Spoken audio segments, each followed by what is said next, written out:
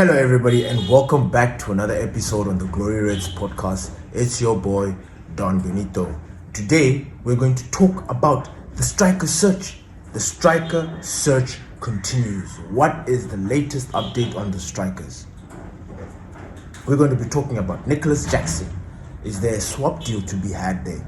We are going to be talking about the biggest topic that's actually looming right now. Ollie Watkins, Benjamin Sesko. Who would you want between the two? We're going to be diving into that. And without further ado, ladies and gentlemen, here we go. Now, there is a story that is circulating between about Nicolas Jackson and Alejandro Garnacho. This story came out, I think, yesterday. Now, apparently, Manchester United and Chelsea are looking into doing a swap deal. However, Chelsea value Nicolas Jackson at £80 million. Like, they rate him very high. Like, his valuation is ridiculous, which, I mean, it's a debatable topic, but 80 million for Nicolas Jackson, and I don't even think they bought him for that much. So that valuation to me doesn't make sense. However, on Garnacho's side, Chelsea value him at 50 million. Or is it 50? Between 30 and 50 million. There's some reports that are saying it is 30 million. Some reports that I've also read where they said it's 50 million. So it's in between. And that is crazy. And true. Because if you look at the way Garnacho has been behaving up until this moment, I think there's a debate to be had there. And I think there's a little bit of a bargaining chip, because I don't think a lot of clubs would entertain a player that is petulant or that is a problem to the squad. You know what I'm saying? I think that clubs are very aware of players misbehaving, and we don't get that much unless it's extreme circumstances. Like, for example, a player agrees a deal with the club, says, look, I would like to move or do something, and then the club says yes, and then somewhere along the line the club just falls back on their word, and then the player gets upset and decides, listen, I'm not going to play. There are extreme circumstances, but with Garnacho and Nicolas Jackson, it is very interesting because, first of all, two different positions. I don't see how we can get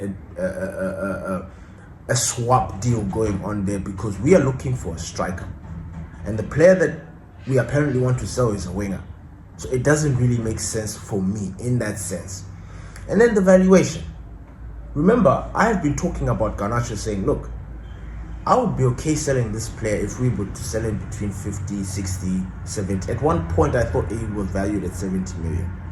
But his stock has been dropping ever since the last moments last season. I think that's when Garnacho's stock just started to drop. His behavior has actually been the catalyst in this situation. I don't know if that makes any sense, and I don't think people are talking much about it, because a lot of us were sitting here thinking to ourselves, how is it that Manchester United are looking to sell Garnacho for like 40, 35, and when we were valuing him at 70? He's pure profit. He's an academy player. He's young. He's potential. Other clubs, if he was already a Chelsea player and Chelsea were looking to sell him, I guarantee you Garnacho would have gone out for 80 million because of his potential, because of the way he plays, everything that goes around with Garnacho. But Manchester United, for some reason, his stock has dropped, and I don't get that. That is the part for me that really bamboozles me, because I'm just sitting here thinking to myself, we need to get rid of this player, because first of all, he's toxic. And when I say toxic, I don't mean it in he's the only one. No, he's toxic. And Ruben Amorim is trying to get rid. And, Ruben Amorim said something that was very interesting in the press conference. He said, look, if these players that are in the bomb squad don't find a club, they're going to have to be reintegrated into the club, and that because they're still our players at the end of the day. So with Garnacho, that is what I'm seeing. I don't know why, but I have this strange feeling that Garnacho is not going anywhere. He is going to be reintegrated into this squad. And the reason why I'm mentioning that is the fact that I don't think the club will be able to sell him. I don't think there's any club right now that's looking into bringing this player in. No ways. No chance. They are staying away from trouble, and they don't want that. Napoli could have gotten Garnacho. They didn't push harder. Chelsea seems to be the only club that is in for Garnacho. Now, if we're going to do business with Chelsea, I don't want it to be a swap deal. I don't want it to be a swap deal. And that price, that valuation that they have on Nicolas Jackson, bye. Miss me with that. Jackson does not cost that much. He's not worth that much. He's a good striker. I do rate him, but no. 80 million. It's a joke. It's an absolute joke. But that is the situation with Alejandro Garnacho. There is a potential swap deal that can happen there. I do not believe it is going to happen. It doesn't make sense. Nicolas Jackson, 80 million. Chelsea value Garnacho at 50 million. So already there's a gap in valuation. So already it means that we're going to have to add some cash. You know, if let's say we were to do this deal, Garnacho plus some Zaga on top. I don't think Manchester United is in. I don't think they want to do any kind of business like that. It's been a minute since we've done a swap deal, by the way. But yeah, this Garnacho Jackson one, I don't see it. I really don't see it. And then we move on to the more topical one, the one that is really gaining momentum. A topic that I did not want to entertain because, you know, just like Victor Gyökeres, I wanted to believe it when it happened, you know. And the strange thing is, you know, we like the player, we admire the player, but we're too scared to come out and be joyous and talk about it. But these last couple of days, especially the beginning of this week, has been good. Good news for Manchester. I'm not saying that we're in pole position to sign Benjamin Sesko, but things are looking up. We could be disappointed. I am expecting that. You know, it's just the United way, United fan way. You know, we are locked into a player. We go into this weird courtship with them, you know, or whatever you want to call it, where we are trying to get to sign this player. We spend so much time, weeks on a certain player, and then that deal falls through. It is common, it is normal, and I believe a lot of Manchester United fans are on the edge with this Benjamin Sesko deal because yes, we want to sign him. Yes, the deal looks appetizing. Yes, everything is falling into our laps, but our club has a history of disappointing us last minute. But I do not think we can ignore the fact that the stories that are being out there, because it is all the heavy hitters that are putting it out there. Florian Plettenberg,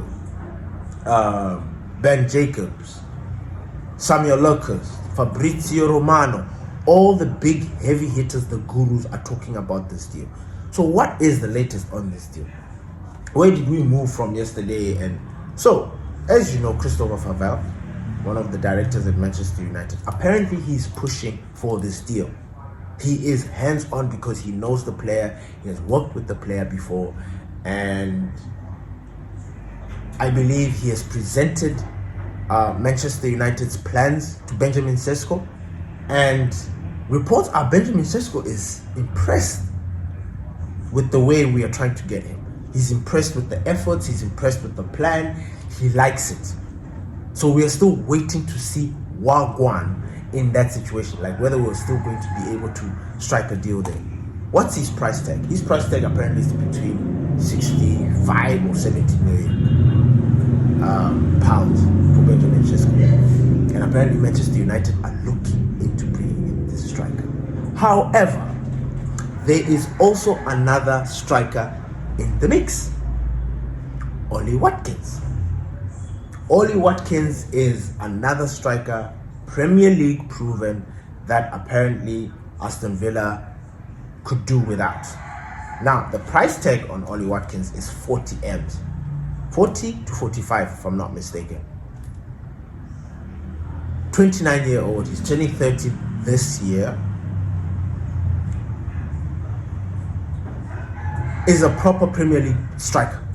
Yes, he didn't have the best season last season, but what you're looking for in a striker, Ollie Watkins provides.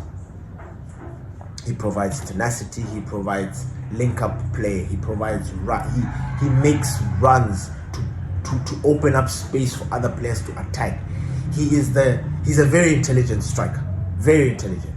So what is the problem? Who should we go for as Manchester United fans? So this is where we talk about the situation. You know what I'm saying? Like, who would you prefer? And at the end of this, I will tell you who I would prefer.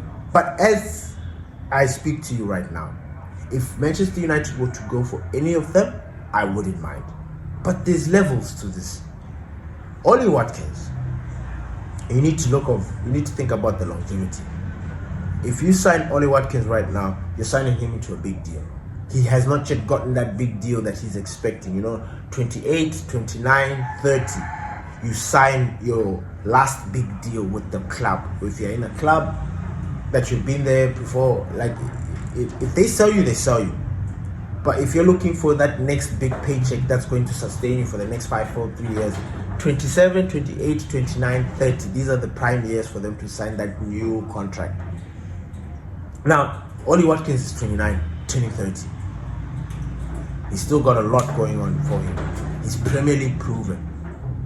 He scored a lot of goals in the Premier League. He is perfect for Ruben Amorim's system when you think about how he plays. Because if you listen to what Brian Burma was talking about, where he was saying that Ollie Watkins is very good with the strikers or other players. He makes other players look good. The link-up play, he opens space, he creates those running channels, for other players to attack. So that is all beautiful and amazing, But how are we going to do this deal? And which striker would you want?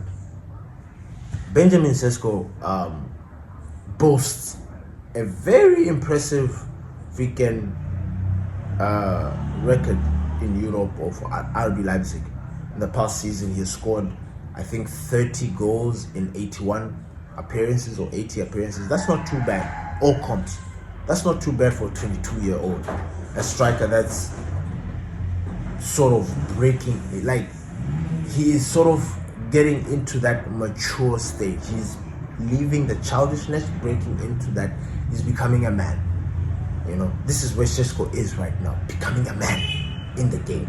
So he's literally on that verge of, where he gets initiated. And you're a man now. So he's at that stage. Ollie Watkins is a man already. So he's already there, done, proven, tested. But what's the deal? How do we go about this situation? If you were to go for Ollie Watkins, okay, Manchester United is in for both, as it stands. And for Ollie Watkins, on Ollie Watkins' situation, apparently we're waiting on him. He needs to push. He needs to want to leave Aston Villa in order for Manchester United to look at his way and be like, oh, okay, so you're actually pushing, you want to make this deal. Benjamin Sesko, I guess we're still waiting to find out whether he has chosen us or Newcastle, because with Benjamin Sesko, it's not just us. Newcastle also want this striker. They want him. So there's a race to sign Benjamin Sesko between Manchester United and Newcastle. As for Ollie Watkins, it's only us. Only Manchester United is looking to sign Ollie Watkins.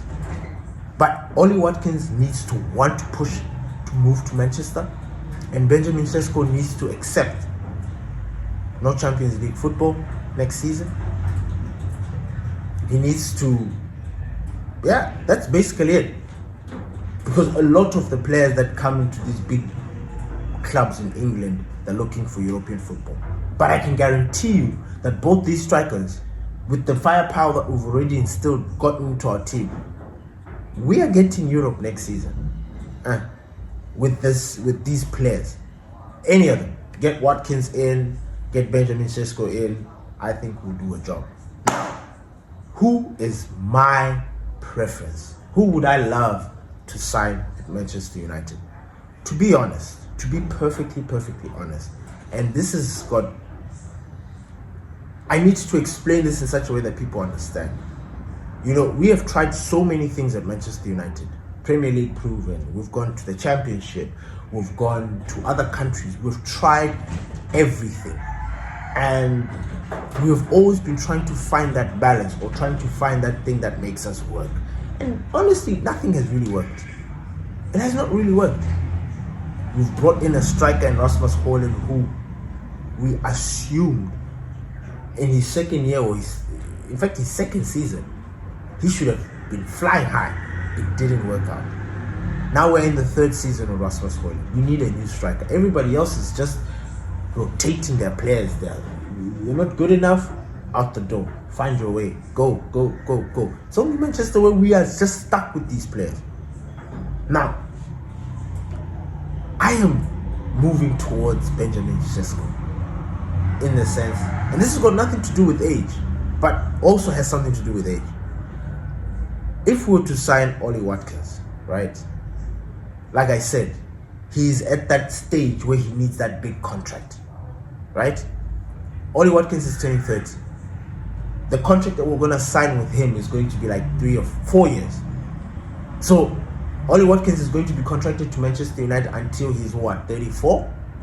By that time, I do not have the confidence to say that Ollie Watkins is the guy that will bring the goals even after that age. I could be proven wrong. And in fact, Ollie Watkins has those traits of a striker that is going to sort of get better with his age. But I'm not yet ready to take that gamble. I'm not ready. He's not very injury prone, or is he? I think he's not really had too many injuries. Benjamin Sesko, on the other hand, is young. We are signing a player for the future. When you look at all the other strikers that are in the Premier League, if we were to sign Ollie Watkins, we would be the only team that's sort of going backwards. Unless this is a stopgap situation, unless this is a temporary situation. But if it's a temporary situation, we might as well go get both. But we can't go get both. It's impossible. Not in one window. It is impossible. So Benjamin Sesko is a sign of the future. 22. This boy is 6'4". He's a big lad. He's only going up with Benjamin Sesko. He's only going to improve. You know, there are certain managers and ex-players that are likening Benjamin Sesko to Erling Haaland. They're saying he is Erling Haaland without the killer instinct. And the moment he gets that killer instinct, boom, he's in the same fucking category as Erling Haaland. This guy is the real deal. He's got power. His style of play is very aggressive. It is the one that Ruben Amorim loves. So for me personally, I will go with Benjamin Sesko. He's young. He's for the future. We know 22. Man, this guy's going to play until he's 30. So we've got at least 8 years with this guy, unless something weird happens. With Ollie Watkins, it's very short term. But now, when you want to deep it as well, Manchester United need to qualify for Europe next season, because we have realized based on this current campaign, this current situation that we're in, that we need European money, whether it be Europa, whether it be Champions League. We need that. We need the funds to help bolster us, to help us. So this team that we are assembling for next season has to qualify for Europe next season. By fire, by force. It has to qualify. Because we were going to have to continue selling. And we can see how this transfer window goes for us, where we have to sell to buy. It takes long. But when the money is there, readily waiting for us to just spend. I think it is just one of those situations where we just go get the player that we want and we'll be done. And the rebuild, I must say, is marvelous. I never thought that we're going to be in the situation that we're in. I didn't expect it. I knew we were Manchester United. I knew there are certain people that would love and die to be for Manchester United, but not like this. I didn't think, as we are down and out right now, that any player of any sense would think about coming to Manchester United. But we are here. Thank you everybody for listening to the Glory Reds podcast. It's your boy Don Benito. Please don't forget to catch us on Spotify. We are there and ready with video and audio. Check us on Facebook. We have a very active WhatsApp group. Please check our links, join the WhatsApp group, come and have the conversation. It is juicy in there. Everybody's coming up with their own preferences and own opinions. That's the beauty about football. Everybody is entitled to their own opinion. Please join us in our WhatsApp group. Let's help it grow. Let's have some conversations in there. Peace.